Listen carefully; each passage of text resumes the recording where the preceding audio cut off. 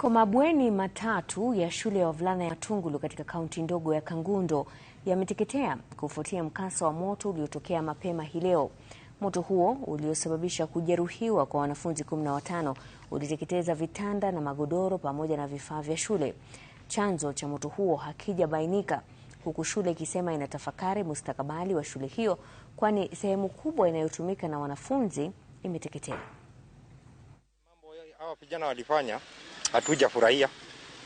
Kwa hivyo hata ile hasara tumeona sio mzuri. Tungeomba wazazi waongee na watoto wao, hii mambo ya kuchoma shule iishe. Nimeangalia nikaona dormitories imechomeka mpaka chini. Hasara ile imekuwa ni hasara kubwa sana.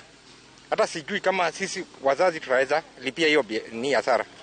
Yeah, I've been inside the school and I've found that several dormitories have been burnt down. Actually 3. They have been burnt down completely. And also the boys were stoning the window panes. They've been broken. So the damage that is here is going to the billions. And you see, these now expenses will go back to the parents. So we are saying that our boys, please be disciplined and know that you are overloading your parents if you become indisciplined.